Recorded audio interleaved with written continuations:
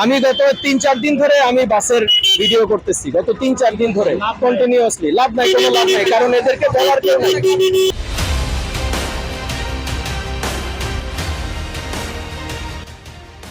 আমরা এখন আছি জাতীয় হৃদরোগ ইনস্টিটিউটের মেইন গেটে।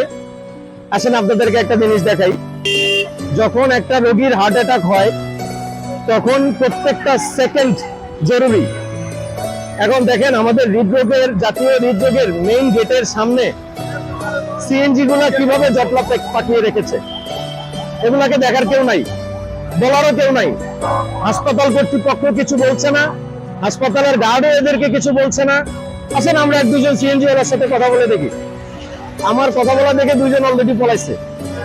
দেখেন অবস্থাটা, দেখেন পুরা জটলা। ও ভাইয়া, কেমন আছেন?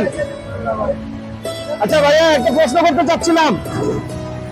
সেটা হচ্ছে, এই যে হাসপাতালের গেটে আপনারা জটলা করে থাকেন, এটাতে যখন একটা রোগী ঢুকার সময় যদি একটু দেরি হয়, সেই রোগীটা আপনাদের দেরির কারণে যদি মারা যায়, এটার দায়ভারটা কে নেবে?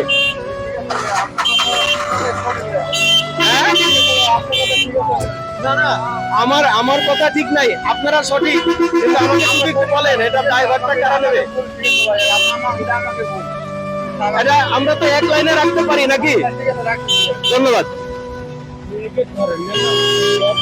আমি গত 3-4 দিন ধরে আমি বাসের ভিডিও করতেছি, গত 3-4 দিন ধরে কন্টিনিউয়াসলি। লাভ নাই, কোনো লাভ নাই, কারণ এদেরকে বলার কেউ নাই, এদেরকে বলার কেউ নাই।